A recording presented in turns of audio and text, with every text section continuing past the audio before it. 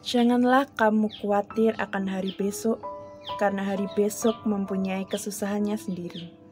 Kesusahan sehari cukuplah untuk sehari. Bacaan diambil dari Matius bab 6 ayat 25 sampai dengan 34. Karena itu aku berkata kepadamu, janganlah khawatir akan hidupmu, akan apa yang hendak kamu makan atau minum. Dan janganlah khawatir pula akan tubuhmu, dan apa yang hendak kamu pakai. Bukankah hidup itu lebih penting daripada makanan, dan tubuh itu penting daripada pakaian? Pandanglah burung-burung di langit, yang tidak menabur dan tidak menuai, dan tidak mengumpulkan bekal dalam lumbung, namun diberi makan oleh Bapamu yang di surga. Bukankah kamu jauh melebihi burung-burung itu? Siapakah di antara kamu yang karena kekhawatirannya dapat menambahkan sehasta saja pada jalan hidupnya?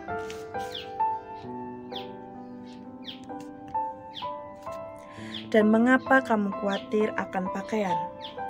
Perhatikanlah bunga bakung di ladang yang tumbuh tanpa bekerja dan tanpa memintal. Namun aku berkata kepadamu, Salomo dalam segala kemegahannya pun tidak berpakaian seindah salah satu dari bunga itu. Jadi jika demikian Allah mendandani rumput di ladang, yang hari ini ada dan besok dibuang ke dalam api, tidakkah Ia akan terlebih lagi mendandani kamu, hai orang yang kurang percaya?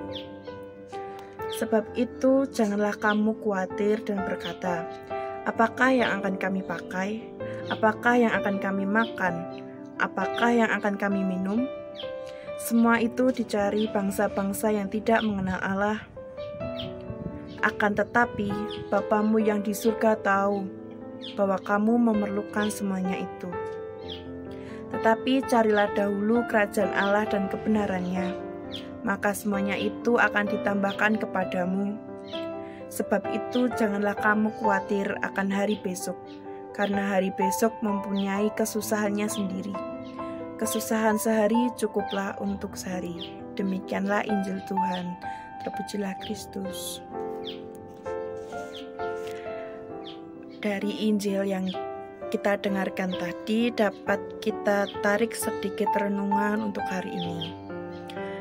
Banyak hal di dalam hidup yang dapat menimbulkan kekhawatiran. Kekhawatiran selalu menyangkut nanti, hari esok, ataupun masa depan yang tidak pasti. Tapi justru karena ketidakpastian itulah yang menjadi kekhawatiran tersebut muncul. Bacaan Injil yang hari ini kita dengar mengingatkan kita bahwa Allah sedang bekerja di tengah kehidupan manusia. Di tengah kita menjalani keseharian kita, bahkan di dalam dan di saat kesulitan-kesulitan yang kita alami. Kehidupan yang kita jalani tidaklah selalu mulus dan selalu seperti yang kita harapkan. Tapi Tuhan selalu mengajak kita untuk mengubah cara pandang kita terhadap kehidupan. Allah mengingatkan bahwa kebutuhan untuk hidup itu berbeda atau tidak sama dengan kehidupan itu sendiri. Materi adalah penunjang kehidupan, tetapi kita perlu memfokuskan bahwa kita diberi kehidupan karena kasih dan cinta darinya. Kita diajak untuk menghargai hidup berdasarkan kasih-Nya dan bukan berdasarkan materi yang kita miliki. Kita tidak perlu untuk khawatir apabila kita membiarkan Allah memerintahkan dan bekerja dalam hidup kita. Kita akan bahagia dalam setiap saatnya.